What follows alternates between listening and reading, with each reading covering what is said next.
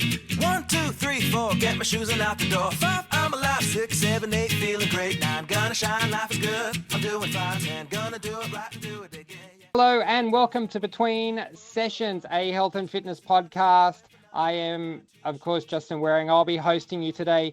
Today we are talking about preseason training, but not just for professionals, but for everyday people as we start our journey into the year. We are kind of mid to the end of January, and we thought it'd be a good idea to think about everybody returning back to the gym, back to exercise. So kind of like a preseason training for a sporting team or sporting professionals. Every year they go back after a bit of a break.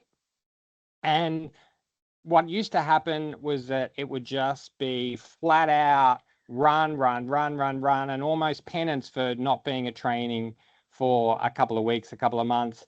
Times have changed for those professional athletes. And I think we can learn a little bit from the new techniques that are now being adapted or adopted with preseason training. So to break it all down with me, as always, Wade Brady from AFM McGill. How are you, Wade? Good, Justin. Thanks for having me. As always. And the most flexible man at AFM, Michael Jewson. How are you? I'm good. Thank you. How are you guys? Good. Yeah, excellent. Good. So, look, none of us ever played, well, I played professional golf, but it wasn't really the most athletic thing I ever did in my life. But we never really partook, we were talking before, in really heavy preseason training. Did you do anything close to what I guess the stereotypical preseason training for a football team ever looked like? I don't know if you played footy, Michael. I did until I had to give it up at 22 with blood clotting complications, etc. But I like to live life without regrets, but I do wonder what it would have been like to do a proper pre-season just to see how fit I could get. But then when I stop and think about it, I did a lot of cross-country running at school, and we had a pretty a hard taskmaster. He used to go and find me in the schoolyard and make me train at lunchtime. And I just remember, all the running we did for cross-country, that cardio base when I went back and played footy, even though it was under 16s or whatever it was, the footy oval felt like a basketball court. You could just run anywhere and just run everywhere and you wouldn't get puff. And I played in the ruck, which you basically just follow the ball all around the whole ground.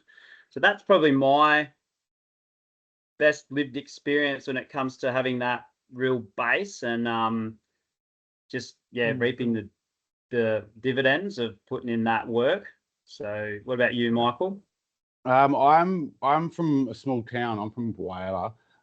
So I played football and I played baseball, and both of those, my coach was the same person, and he was also my care group teacher all through high school. So small town Whyalla. So anyway, there was constant pressure for me. It was sort of involvement a lot of the year round. But I do remember football was the one for me. And it was nothing, obviously, like some of the AFL players would have gone through back in the day and other leagues.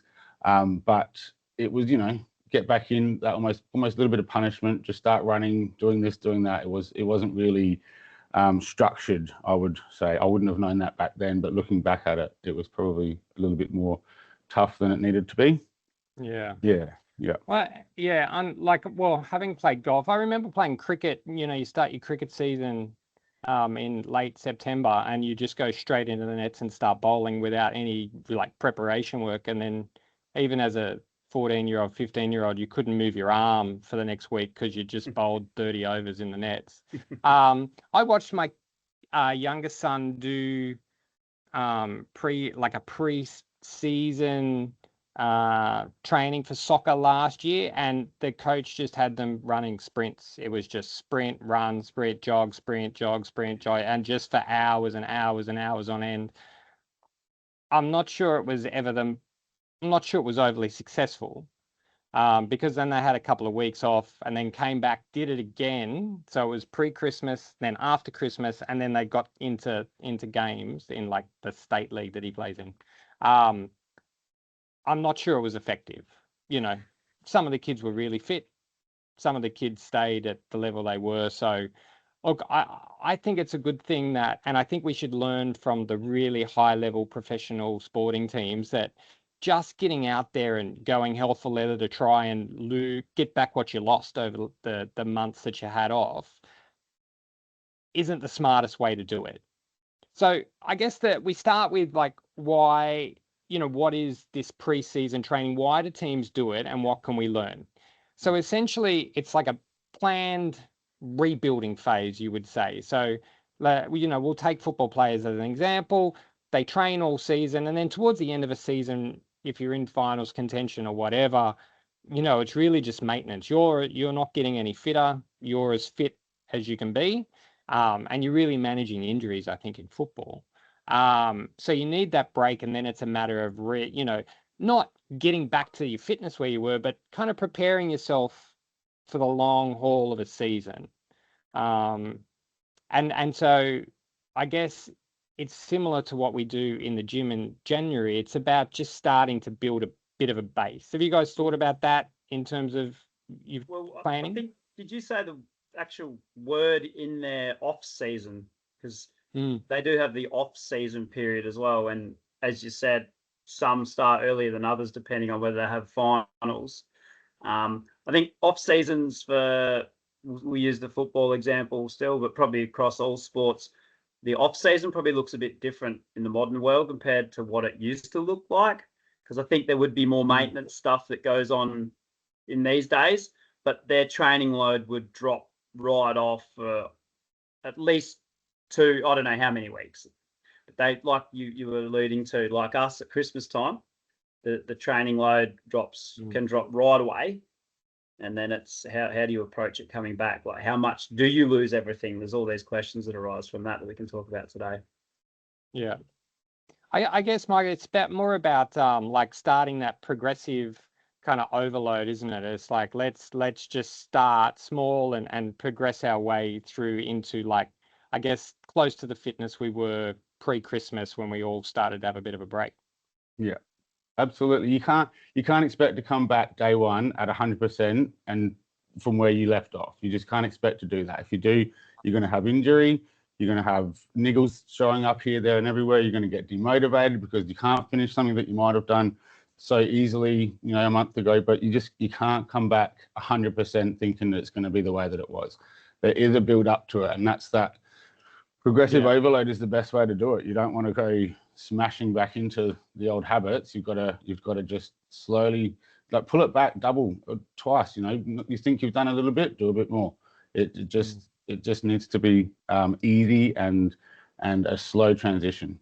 I came up with a little rule many years ago, and I still think it's pretty ballpark correct. And I don't know if you guys have ever thought about this. I've always said, not always, but I worked out that if people went overseas for 2 weeks or 3 weeks or 4 weeks, I noticed a pattern in how long they were away for and how many times when they came back following the session, they would say, obviously they come back for the first one and they'd say, God, that was hard today. Geez, I've lost some fitness. And then they would say it in the next session. And then they might say it in the next session. And I've noticed a bit of a correlation between how many weeks and how many sessions they said that for. So I came up with a simple rule that if they had a week off, they'd come back and say, geez, I feel unfit. Once, one session for the week off. If they were overseas for 2 weeks, come back, they would generally say, geez, I feel unfit. And they'd say it in the second one. And then they wouldn't say it on the third one. And I sort of worked out that it was generally, like, it's a rough rule, but like if you're away for a whole month, you might feel unfit for 4 sessions until you start to feel like you're back to where you were. So I don't know if you've thought about like that before, but I think well, one of my questions I thought about for today was, we hear all the time, and Michael, I'll ask you if you have thoughts or if you've read the science, in terms of everybody comes in, they have a couple of weeks off and they go, I'm no longer fit. My fitness has dropped away, or I didn't come on Friday and I had the weekend, now I'm unfit. Let's go aerobically to start off with, like your cardiovascular fitness. How long does it take for actually that to start to decline? Is it 2 days having a weekend off? You're looking at least 2 weeks. before you start to see a noticeable change in your cardio. You're looking at least, you need to have 2 weeks of, and not just, as you were saying before, Wade, there's generally these days got a little bit of stuff happening in between. You've got to be doing nothing for 2 weeks, and then roughly 2 weeks, and then you're going to feel a noticeable change coming back. It's not 2 days. I hear it a lot. You hear people say, I missed, Friday, and I was here Wednesday. It's now Wednesday the next week. I've had a week off.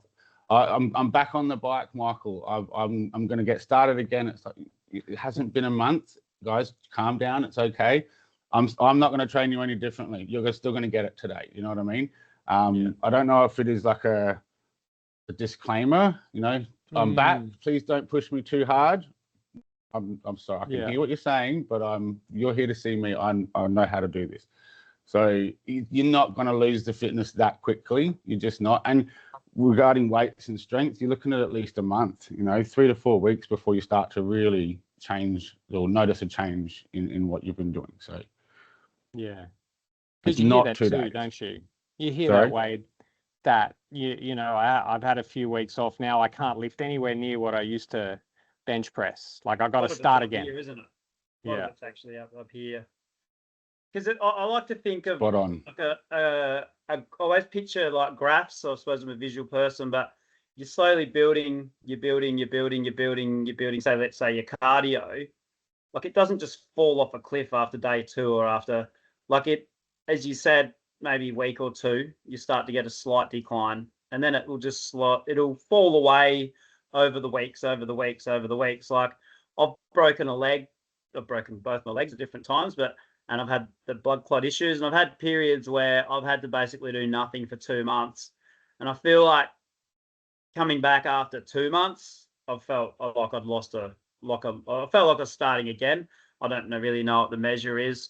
One quick question, and I've got my idea of what the answer is, but do you think as you get older, you lose that fitness quicker? Good question. yeah. I would say definitely yes, just speaking to people over the years. Mm. But I don't know. Yeah, look, as like I'm feeling older and older. Well, I am getting older and older every day, but yes, most definitely. I think there's a bit of a sliding scale that someone in their early 20s, and for anyone who's had a big night out, same rules apply. You have a big night out in your 20s, you're kind of able to bounce back. You feel a bit rotten, but you're able to bounce back the following day.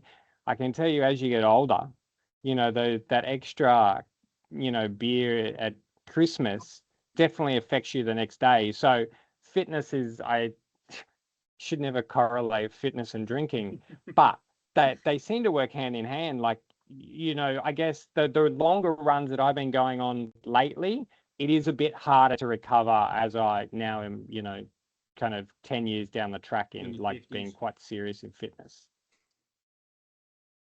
It's true, the body does age. It's a factor we have to think about. We do the best to slow that down, but it's still happening. Yeah. So I think also too, and we were just talking about, people thinking they lose fitness over a weekend. I think, it is a bit remarkable, even though with all the life experience you have as you get older, you tend to question yourself a little bit more, and you lose a bit of confidence in what you think because you've had your eyes open to so many different things in life.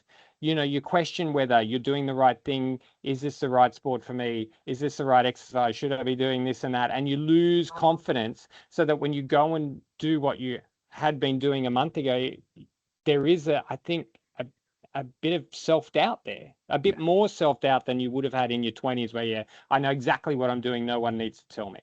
Yeah. I would agree. Yeah, I would agree. Just thinking of an analogy, like in sport, whether the footy player or the soccer player, whatever, is in their 20s or the 30s, they do a hammy and they're out for 4 weeks. Now, they pretty much, once the hammy's recovered, just walk straight back in to that side and playing at the top of their field. So their fitness doesn't. There's another sort of example that strengthens this, how much your base fitness you maintain. Like, it's not like you do a hammy and you just lay on the couch for 4 weeks. There's still plenty of stuff you can do to keep your fitness up. But you obviously aren't running and you aren't working those big leg muscles because you've got to rest. So I think that's got to give people a bit more confidence in coming back after a couple of weeks off, that you don't fall off a cliff. Like, there's still a lot that you've held on to. I think too, like having that idea of, if you've had a month off, you've had 6 weeks off and there's a progressive overload, yes, you're trying not to be sore, but you're trying to build a base not to be injured down the track.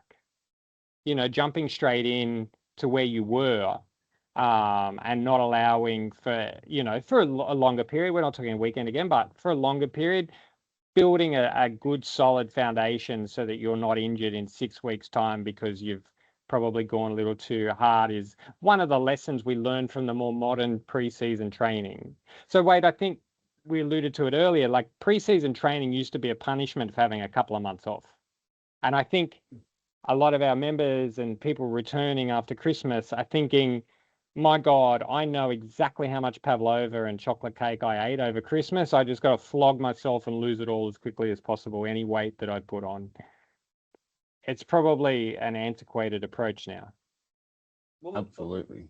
All that stuff is another factor and can compound the situation. So if you go on holidays, if you went on a health retreat and you weren't exercising, but you were eating clean, you're getting heaps of sleep, drinking lots of water, you had a couple of weeks off doing that, you'd come back a lot better as opposed to a Kentucky tour where you're eating American takeaway food, drinking every night. This is not something, okay, it is something I did once upon a time, but you're taking, as I said earlier, like before we started recording, you're taking not just one step back from stopping training, you're taking another giant step back from just abusing your body with all these fun things to eat and drink.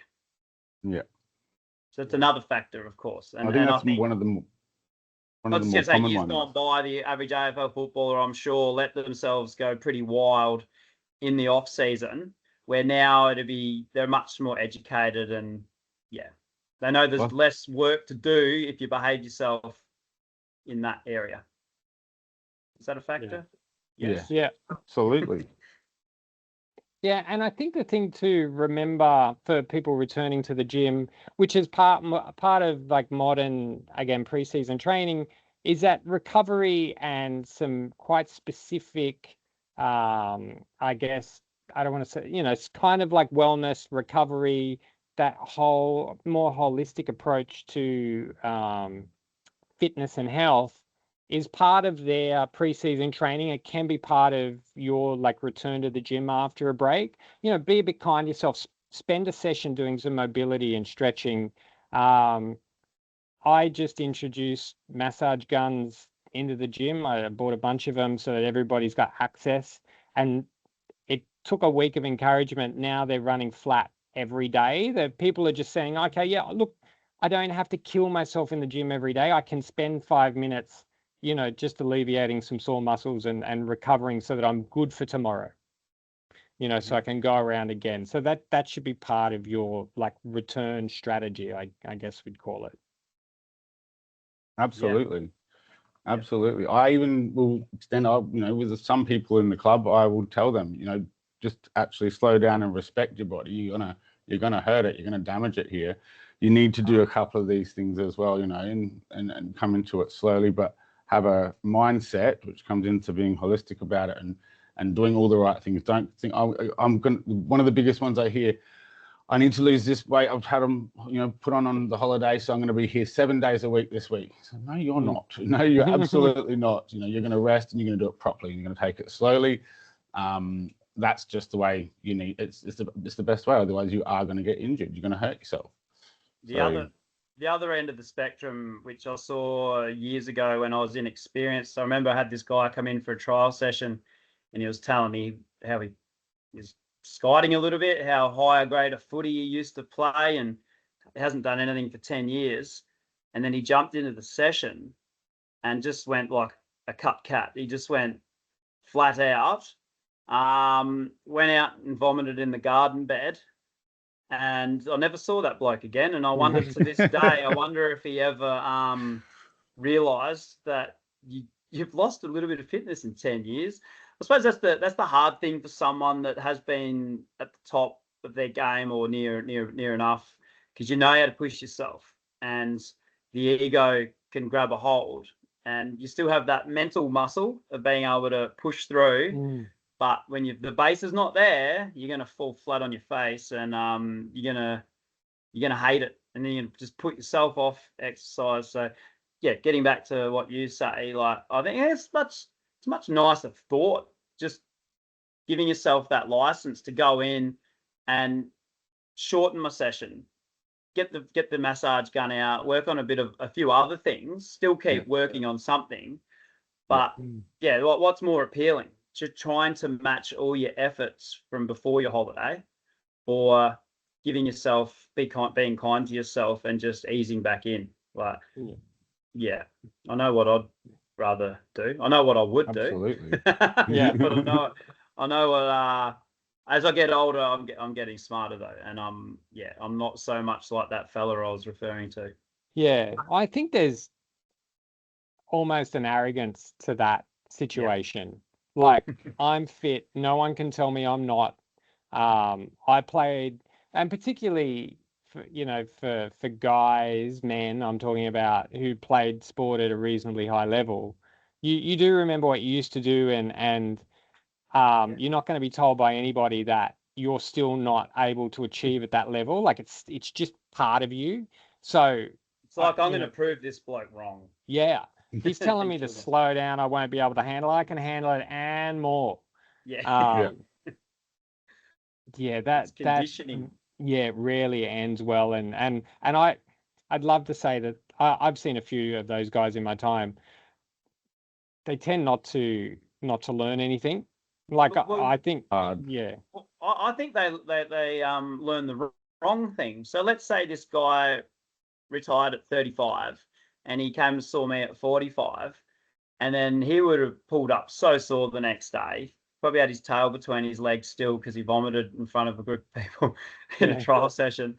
And then I would guess that it'd be easy to think, geez, I can't do what I did, at 45, can't do what I used to be able to do at 35. And it's like, hang on. You've just had 10 years of losing condition.